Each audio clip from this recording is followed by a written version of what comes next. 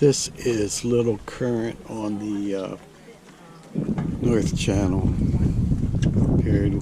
Spend 2 days here, I think, and then move on. One of the girls in one of the shops told me this is the largest freshwater island either in the United States or in the world. Very cool little town now.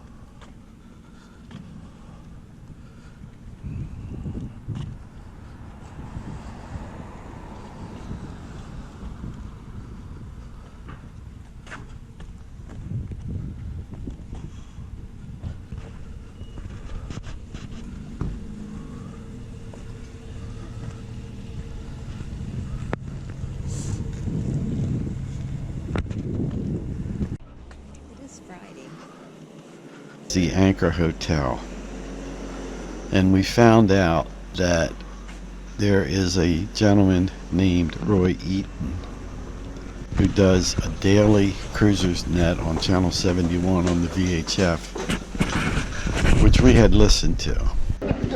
So anyway, we went in, he had some loopers and was greeting everybody. And that's Roy hugging Lorraine. And a little later, I'll play a little bit of one of his broadcasts. But he's been doing this for like 20 years, and he's sort of a legend on the North Channel. Oh, super. Make sure Caitlin come on out more. There you go. All right, here we go. You're the star. I'm generating somebody behind. Okay, Can you see us all? My knees won't take this. This is wonderful. Our South Benjamin Spirit of Strawberry is on Strawberry Island on Zoom. Miss Kate. So today is Tuesday, August 29th. It's day 53 for us on the loop. And we have the map here the looper map to kind of show you our progress so far. We left approximately here from Middle River, went up the Chesapeake through the C&D Canal, down the Delaware Bay, up the Atlantic seaboard to New York City. Then we went up the Hudson River, through the Erie Canal to Oswego, then to Sackett Harbor and the Clayton area, and then we checked into Canada in Kingston, right here, about 32 days ago. And then we went down here to Port Severn, and this is the Trent Severn Canal system that we ended up here. And then the Georgian Bay that's so famous with all the beautiful rocks, large rocks. Then you hit the Northern Channel.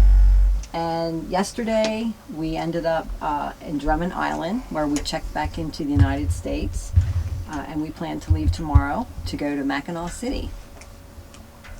So you can see it's been approximately, I don't know if it's been about 1,300 miles, but I would say we're probably maybe almost a quarter of the way through the loop, and maybe halfway of what we hope to accomplish before we leave and then come back.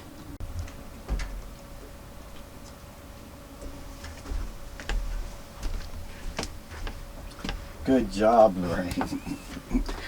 We shot that 5 times because neither one of us knows where we are or where we went, but that's how you can tell a looper. You ask them where they were yesterday and they say, I don't know. This is a pretty good video. I think it's fun. You'll see a few things, and I noted some comments, so I'm not going to talk about the video too much. You have to watch it to the end. But I do want to say something about one thing about navigation, a lot of our friends or people that watch this obviously are boaters and they understand, but some aren't. When you go from point A to point B on the water, there are no road maps. There are no street signs. There are no one-way streets. So you have to consider basically where you're going, what the weather's doing, what the wind's coming from. Up here more than any place. Wave action. Wave action and rocks, and it can be 200 feet and 30 feet later it's 30 feet, and it's a navigational challenge. The other thing that's really interesting to us is how cheap it is in Canada. We've been here at Drummond, sort of waiting for a weather window for 2 days, 2 days, and our slip was $72 For 2 nights. for 2 nights. That's cheap. That's crazy cheap. So, and I got 100 gallons of diesel yesterday, and it was $4.59 a gallon. In Canada, we were paying $8 for diesel. So we're kind of glad. Canadian people are great. We never quite understood the money situation, so we charged everything. And got a 25% roughly discount on everything, which made the already inexpensive marinas even more inexpensive. But one of the issues we had is the grocery stores.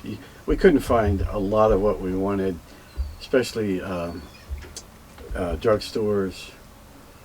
But alcohol, beer, wine we could find just about anything we wanted, but it was very expensive. Yeah, if you were drinking a bottle of wine, a lot of bottles were $15 to $20, and that was like the cheap wine. That wasn't like the wine that you would get back home, for $8 to $10. And any boxed wine, instead of being 20 to 25, was 40 So if you or figure, more. if you figure we've been out 53 days, let's see, that's 53 bottles of wine, and so anyway. Oh, by the way, I also want to say, so far I've spent $2,500 on fuel, and I'm estimating for the whole loop $10,000, which is very, very inexpensive because of our boat. A lot of power boats would double or triple that. So watch the video and like it if you like it, and if you don't like it anyway. And There was one thing that I thought was interesting. I saw in one of our guidebooks at the end of toward the end of the clip, we were at a place called Blind River, and one of our guidebooks said that that's the northernmost point on the loop, unless you're doing any extra side trips, and you're closer to the North Pole at Blind River than you are to Fort Myers Florida. in Florida. So that was So after that was yesterday. So now we feel like we're sort of heading south, although we're heading into the dreaded Michigan, Lake Lake Michigan. Michigan. Yeah. But like everything else, you learn to handle it. Mm-hmm.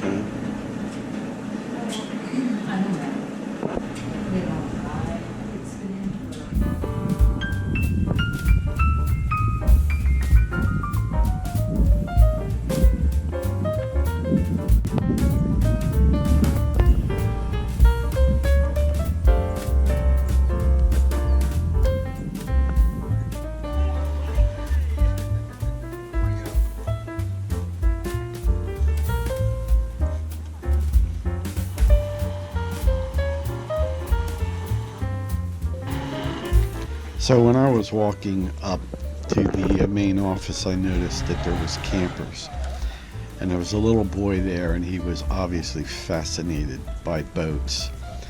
So I asked his grandmother if she would bring him out and I could show him the boat. A-X-S-E-N. Accent. You want to drive the boat up here a little bit? Accent, yeah.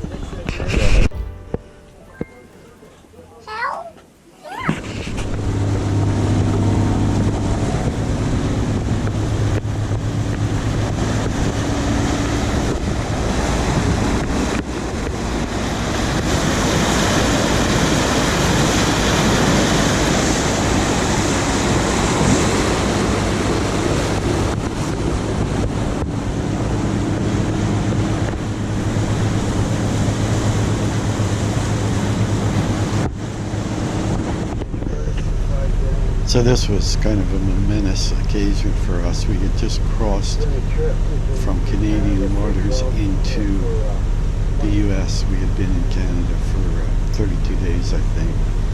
So it was time to take the courtesy flag down and put our... Pretty amazing to us. We had brought Retriever from Middle River to Cape May up the Atlantic coast to New York City up the Hudson River, across the Erie Canal to the Trent Severn, through the Trent Severn into the North Channel, and now here we were in Michigan at the very top. Right there, Canadian waters. Right there, Michigan. So I'm gonna start the process of getting in touch with customs. We can do it from the boat, and hopefully they won't have to board us.